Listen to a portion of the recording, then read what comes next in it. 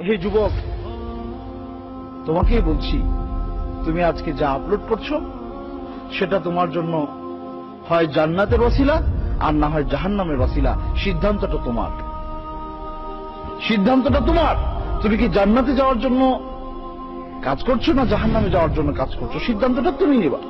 আল্লাহ সুবহানাহু ওয়া তাআলা পবিত্র কোরআনে সূরা নূরের 19 নম্বর আয়াতে বলছেন, ইন্নাল্লাযীনা ইউহিব্বুনা আন তাশিআল ফাহিশা ফিল্লাযীনা আমানু লাহুম আযাবুন আলীম। যে সমস্ত ব্যক্তিরা এই জিনিসটা পছন্দ করে যে মুমিনদের মাঝে, মুমিনদের ভেতরে এক ধরনের ফাহিশা, অন্যায়, অশ্লীলতা ছড়িয়ে পড়ুক, যে সমস্ত ব্যক্তিরা এই জিনিসটাকে পছন্দ করে তাদের জন্য রয়েছে যন্ত্রণাদায়ক শাস্তি।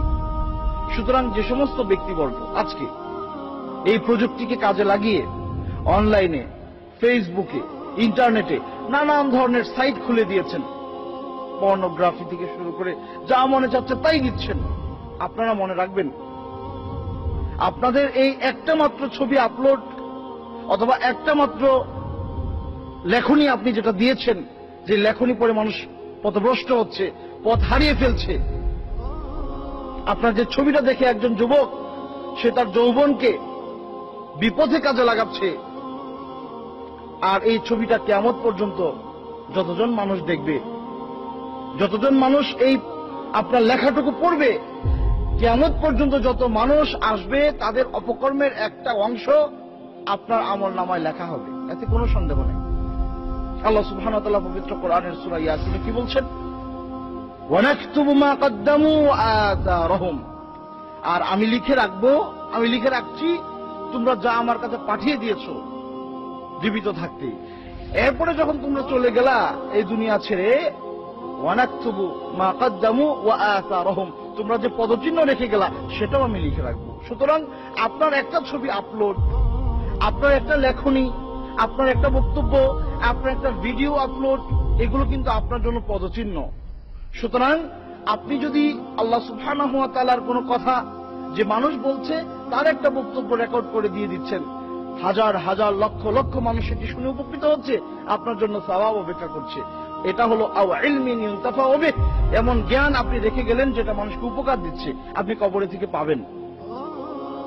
এই আমলগুলো আপনার জান্নাতে যাওয়ার জন্য ওসিলা হবে। পক্ষান্তরে যে ব্যক্তি এখানে একটা খারাপ ভিডিও আপলোড দিল, একটা নগ্ন ভিডিও আপলোড দিল, নগ্ন ছবি আপলোড দিল, খারাপ বক্তব্য লিখে দিল যেটা পড়লে মানুষের বিপদে যাওয়ার পথ সোজা হয়, তাহলে ওই ব্যক্তি যিনি এটা করে গেলেন সেটা তার জন্য এমন গুনাহ কিয়ামত পর্যন্ত যেটা আল্লাহ সুবহানাহু ওয়া তাআলা লিখতে থাকবেন। যত মানুষ এই জিনিসগুলো দেখে বিপদে যাবে, যত মানুষ, লক্ষ লক্ষ কোটি কোটি মানুষ বিপদে যাবে, আল্লাহ সুবহানাহু ওয়া তাআলা পবিত্র কোরআনে তাই বলেছেন যে আমি লিখে রাখবো যা তোমরা আমার কাছে দুনিয়ায় থাকতে আমল যা করেছো সেটা, আর যা তোমরা পদচিহ্ন রেখে গিয়েছো সেটা আমি লিখে রাখবো, ভালো হোক খারাপ হোক। সুতরাং সাবধান, আল্লাহ সুবহানাহু ওয়া তাআলাকে ভয় করুন। আপনার কাছে মোবাইল ফোন আছে, ল্যাপটপ আছে, আপনি চাইলেই একটা কিছু পোস্ট করতে পারছেন, লক্ষ লক্ষ মানুষ সেটা দেখবে।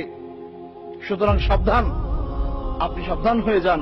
আল্লাহ সুবহানাহু ওয়া তাআলার সামনে কিন্তু এই একটি মাত্র আমল হয়তো আপনার জান্নাতে যাওয়ার ওসিলা হবে, আর না হয় জাহান্নামে যাওয়ার ওসিলা হবে। আপনি কল্পনাও করতে পারবেন না যে আপনার একটা মাত্র কথার কারণে কত লক্ষ লক্ষ মানুষ দিনের দিশা পেয়েছে, কত লক্ষ লক্ষ মানুষ দিন বুঝতে সক্ষম হয়েছে আপনার একটা মাত্র বক্তব্যে, আপনার একটা মাত্র কথায়, আর কত কোটি কোটি মানুষ আপনার একটা মাত্র কথা বা বক্তব্যে তারা পথ হারিয়েছে, আপনি কল্পনাও করতে পারবেন না।